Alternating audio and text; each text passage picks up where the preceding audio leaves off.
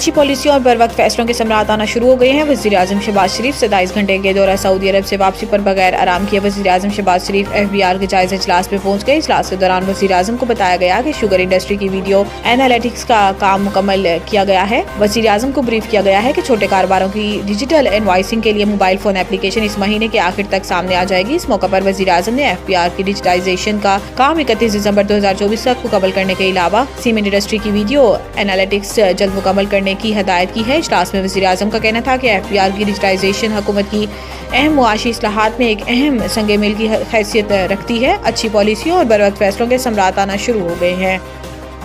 वज़ीर आला खैबर पख्तूनख्वा ने सूबे के शहरियों की गिरफ्तारियों पर वज़ीर आज़म को खत लिख दिया। खत में वज़ीर आला ने बेबुनियाद इंसदाद और दहशतगर्दी एक्ट ATA के मुकदमात और पख्तून मजदूरों की गिरफ्तारी पर अपने तहफ़्फ़ुज़ात का भी इज़हार किया। अपने खत में वज़ीर आला खैबर पख्तूनख्वा अमीन गंडापुर ने कहा कि ये अफराद जो अमूमन कम उजरत वाले कामों में मसरूफ़ हैं, हालिया पुरअमन सियासी एहतजाज के बाद गैर मुनसिफाना तौर पर निशाना बने हैं। खैबर पख्तूनख्वा के गिरफ्तार शहरियों को रिहा किया जाए। खत में अमीन गंडापुर ने मज़ीद कहा कि पाकिस्तान जैसे विफाक में अक्सरियती ताकत के बजाय ज़रूरी है कि सियासी मामलात को पुरअमन और तामीरी मुकालमे के जरिए हल किया जाए।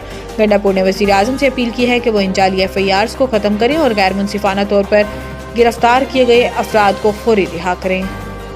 गवर्नर हाउस KP में ऑल पार्टीज कॉन्फ्रेंस मुख्तलिफ सियासी जमातों के रहनुमा शरीक। अवामी नेशनल पार्टी के रहनुमा मियाँ इफ्तिखार हुसैन, कौमी वतन पार्टी के रहनुमा आफ्ताब शेरपाव, जमात इस्लामी के प्रोफेसर इब्राहिम अनायतुल्लाह और दीगर पार्टियों के कायदीन, इंजीनियर अमीर मुकाम मौलाना लुत्फुर रहमान, मोहम्मद अली शाह बाचा, मोहसिन दावड़, सिकंदर शेरपाव मौजूद थे। कॉन्फ्रेंस की सदारत और मेजबानी गवर्नर खैबर पख्तूनख्वा फैसल करीम कुंडी कर रहे हैं। APCC कबल गवर्नर खैबर पख्तूनख्वा ने मीडिया से गुफ्तगू करते हुए कहा कि सूबाई हुकूमत अमन अमान और दीगर मसाइल से गाफिल है। PTI की शिरकत न करने से मालूम हुआ कि ये इंतशार को पसंद करते हैं। PTI ने सूबा दहशतगर्दों के हवाले किया और खुद इस्लामाबाद पर चढ़ाई में मसरूफ है। उन्होंने कहा कि सूबे के वज़ीर आला और IG के अपने आबाई इलाके में अमन नहीं, हुकूमती रेट का ये हाल है कि चीफ सेक्रेटरी भी जिला कुरम में सड़क को न खुलवा सके। APC से कबल मियाँ इफ्तिखार हुसैन ने मीडिया से बातचीत में कहा कि पंजाब में पश्तूनों के साथ नारवा रवैया तर्क किया जाए, हम ये बर्दाश्त नहीं करेंगे। PTI को APC में शिरकत करनी चाहिए थी।